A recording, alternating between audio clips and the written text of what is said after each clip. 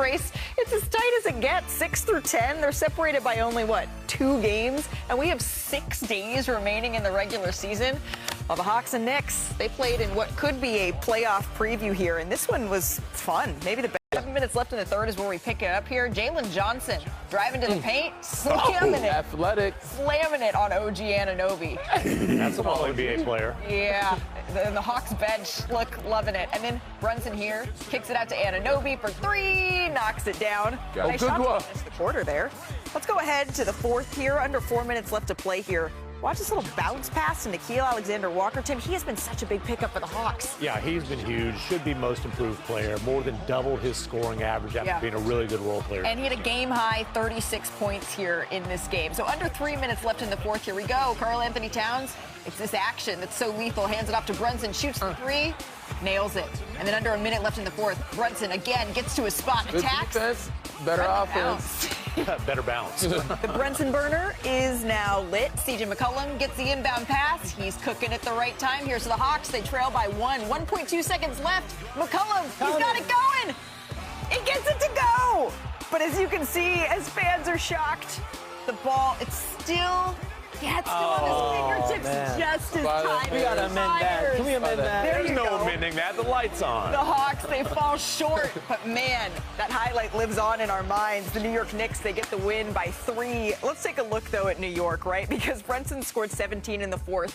Finally, he's looking like himself again. It's the most in a fourth quarter this season. He outscored the Hawks as a team, 14-13 in clutch time here. So, Shump, you know the Knicks better than most. We talk about playing your best basketball in April. So what is the best basketball? What is New York at its best?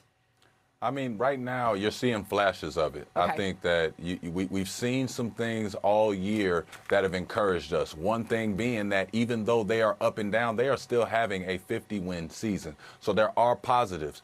But when you look at the team that they put together and everything that they had to do to put this team together, you look at Mikal Bridges and say you need more. The fun thing about this is, as we look at it, the pistol action. We finally got to see at the end of a game Cat and Brunson playing off of each other, a 2-man game. Pick your poison, who you want to do it to you. And when you get that at the end of the game, that's the promise that I like. That's what gets me going, saying, hey, we're going into these playoffs, and we kind of know now at the end of the game, are we going to get some Jalen Brunson cat pinch post action? Are we going to get some pistol action on the sideline? And if we do get it and we get Jalen Brunson flying off that thing like a bat out of hell, who going to stop it?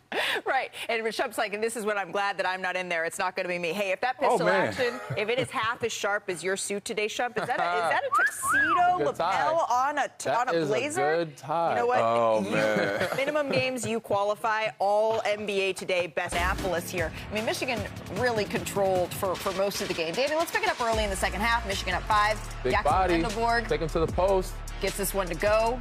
They got it done ugly in this game. Yeah, it was ugly. Lendeborg had 13 points. Michigan up 8 after the free throw here. And then Alex Caravan turns it over. So off in transition, the Wolves go. Gale Jr. Watch your head. Flushing it down for a little alley-oop, and look there, Dan Hurley's reaction. Says it all. New meme unlocked. It's already been in the group chat. This was a great play. Yeah, Jalen Mullins can shoot it. Braylon Mullins gets that one to go. Fly-by reload. He had 11.7 rebounds. UConn down 7. A little over 2 minutes left. Terrace Reed Jr. gets the steal. Make something happen. Push the break. When you're passing it to Solo Ball, he needs that. to be getting it done nice, though, right? That's what needs to be happening there. On the other end, Trey McKinney. The dagger. Dagger. Fans going crazy. Congratulations to Michigan. Hey, let's take a listen to Jackson Lendeborg and UConn coach Dan Hurley after the game.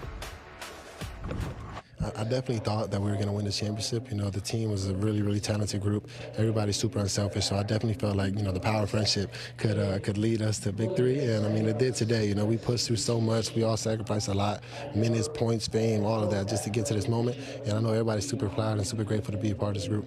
You know, this team provided the university, the fans, the staff, you know, one of the best seasons of basketball we've ever had, one of the best rides in March we've ever had. So, you know, we've won 6 national championships in UConn, so maybe this is like the 7th best season we've ever had in over a lot of years. Yeah, it was a pretty good season, Coach. But Michigan, now the first Big Ten school to win the national championship since 2000. So it's a good day to be a Wolverine, and it is always a good day when our friend Myron Metcalf joins us. Myron, is it too soon to talk a little NBA draft? I feel like we got to get into it, because which champs, when you're looking at this roster, do you think have improved their draft stock the most during this title run? Well, I think that conversation, Malika, starts with Adai Mara, the 7'3" center for Michigan. I think Wemby maybe has changed the perception of guys like that.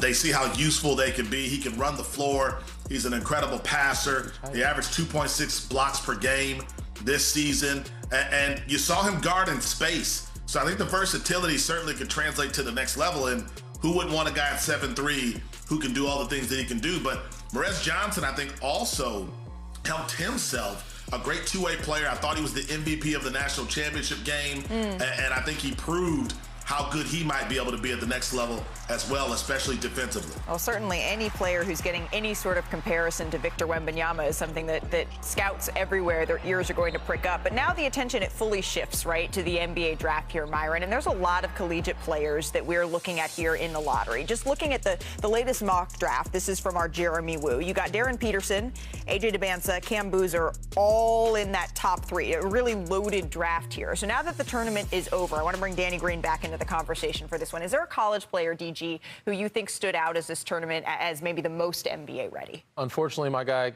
Caleb Wilson, was not in the tournament. Okay, all right. So I can't go with the Carolina guy. I thought you were going to go for it. Keaton Wagler, I mean, I like what he was doing. Yeah. He's a very high IQ player. Reminds me a lot of Tyrese Halliburton. Obviously, a little bit smoother jumper, and a little bit more wiggle. Like, he can get to the basket, right to left cross. He's smart, he's patient, he takes his time, can knock down shots, really smooth, silky, and poised for a freshman. Like, he's done some things. I got a chance to watch him play live, and he shocked me. He really surprised me, and this tournament run for him was a good one. Took his team pretty far, and I think he could be a guy that can make some noise in the NBA draft. Should we start calling it the Wagler wiggle? Since you're saying he's got a little wiggle. He got a little wiggle. And Myron, you've been locked in on college hoops all season long. Is there another player maybe that you think looks the most NBA ready, looks the part? Yeah, I think Darius Acuff Jr. is the most intriguing prospect in the entire NBA draft. Made 44% of his threes, can get to the rim whenever he wants. I think he's a combination of some of the great point guards that Cal has coached throughout his career.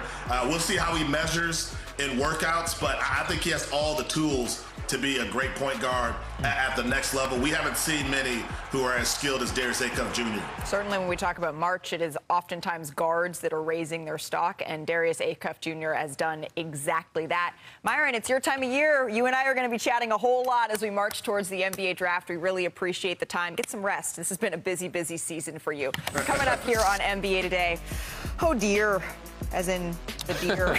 More details emerged this morning on the turmoil between Giannis and the Bucks. Don't give me that look, Tim.